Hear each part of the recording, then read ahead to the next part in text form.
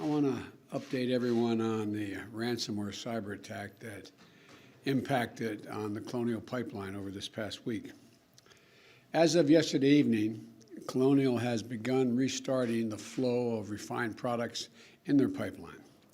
This morning, Colonial reported that fuel is beginning to flow to a majority of the markets that they service, and they should be reaching full operational capacity as we speak, as I speak to you right now. That is good news.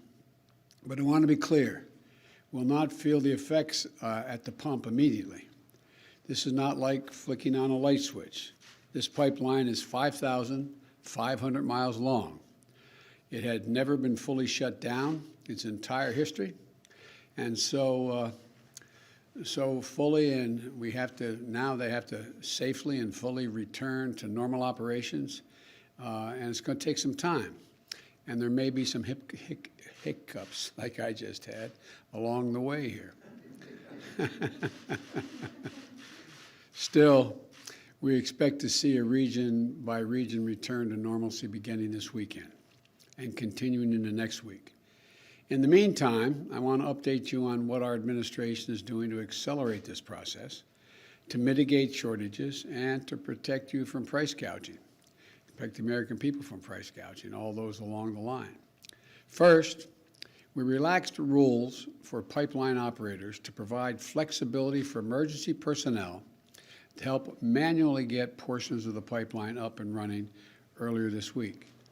Secondly, over the weekend, we reviewed and worked with the company to get a portion of the pipeline system from North Carolina to Maryland to operate under manual control and deliver its existing inventory.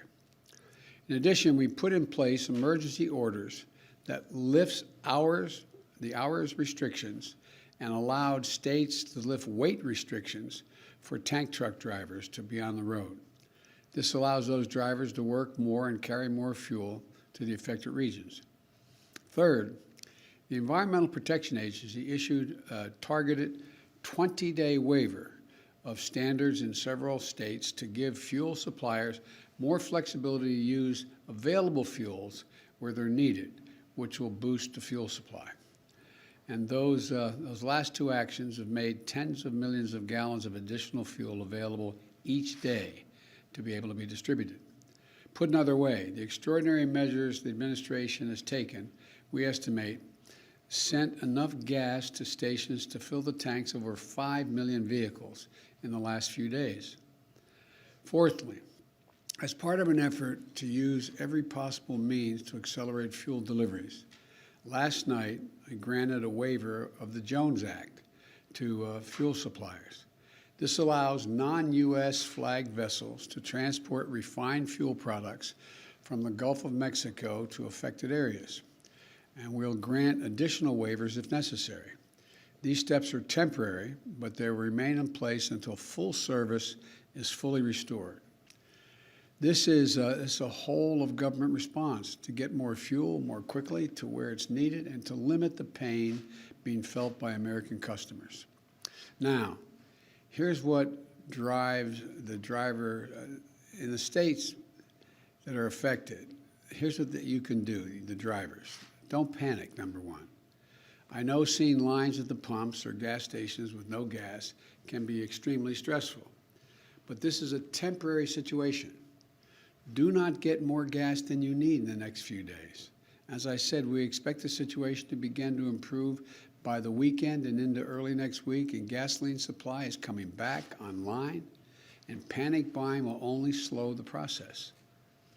And I also want to say something to the gas stations. Do not, I repeat, do not try to take advantage of consumers during this time. I'm going to work with governors in the affected states to put a stop to price gouging wherever it arises.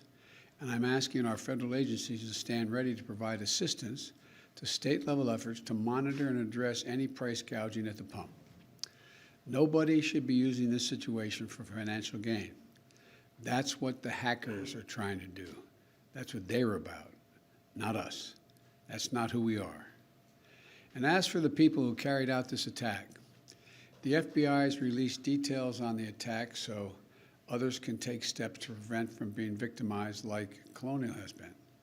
We do not believe, I emphasize, we do not believe the Russian government was involved in this attack.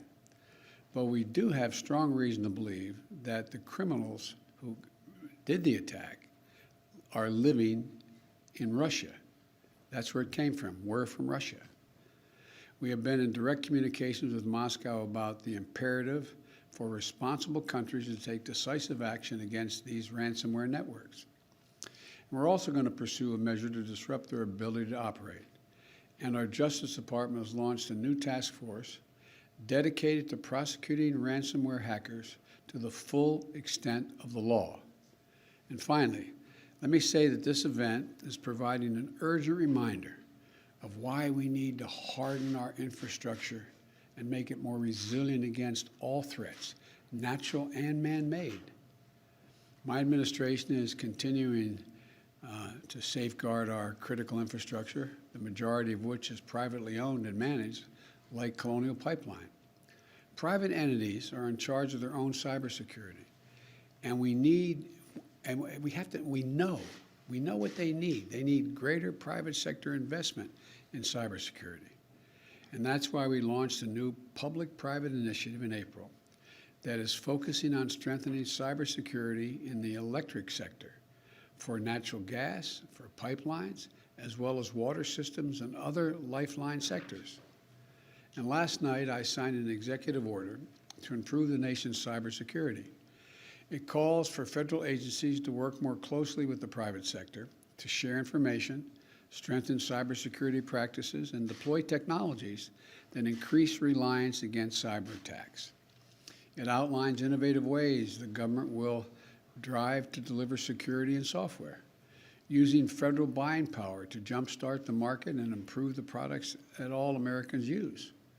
To assist in this urgent work of protecting our nation against cyber attacks, I'm calling on the United States Senate to move quickly to confirm Chris Inglis as our National Cyber Director and Jen Easterly to be the Director of Cybersecurity and Infrastructure Security Agency at the Department of Homeland Security.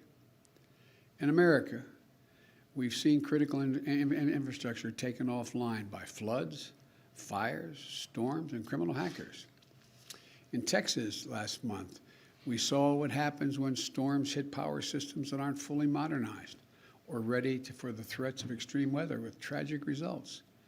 Now we're seeing the effect of criminal hackers with gas lines throughout the the Southeast. And we're in a competition with China and the rest of the world to win the 21st century economically. And we're not going to win it in competing with an infrastructure that is out of the 20th century. We need a modern infrastructure. My American Jobs Plan includes transformative investments in modernizing and securing our critical infrastructure. Later this afternoon, I'll be meeting with Republican senators to discuss ways we can move forward on modernizing the infrastructure we have today and building the infrastructure we need for tomorrow. I'm willing to negotiate, as I've indicated yesterday to the House members and to the leadership. But it's clearer than ever that doing nothing is not an option. Again, we expect things to return to normal over the next several days. I will be monitoring Colonial's progress and the federal government's support every step of the way. So stay strong. Help is on the way. We're going to get through this as we always do as Americans, and we're going to do it together.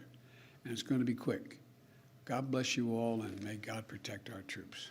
Mr. President, you said that the hackers are believed to be living in Russia. At what point does the U.S. start to try to inflict pain on governments who allow this sort of thing to happen in their territory? We are working to try to get to the place where we have sort of an international standard, that governments, knowing that criminal activities are happening from their territory, that we all move on those criminal enterprises. And I expect that's one of the topics I'll be talking about with President Putin.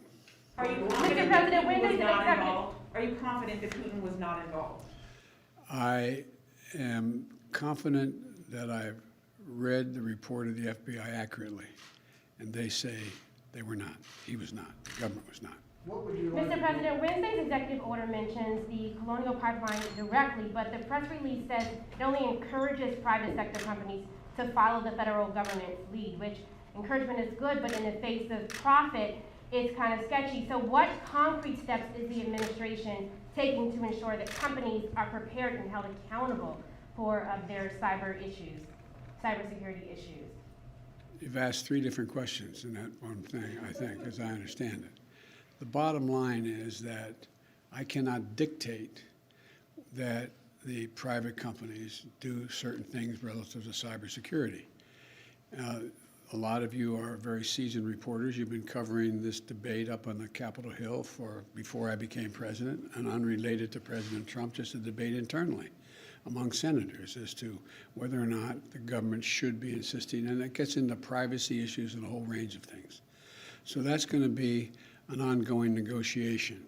But I think it's becoming clear to everyone that we have to do more than being done now, and the federal government can be significant value added in having that happen. Yes. Will you consider doing any kind of retaliatory cyber attacks to shut down these criminals? Are you ruling that out? No. Is Prime Minister Netanyahu doing enough to stop this violence there from escalating? I had a brief conversation with him yesterday, and I have my intelligence community, the Defense Department, as well as the State Department, have been in contact with all of their counterparts not only in Israel, but in the region. And one of the things that I have seen thus far is that there has not been a significant overreaction. The question is how we get to a point where they get to a point where there is a significant reduction in the attacks, particularly the rocket attacks that are indiscriminately fired into population centers. But I expect I'll be having some more discussions.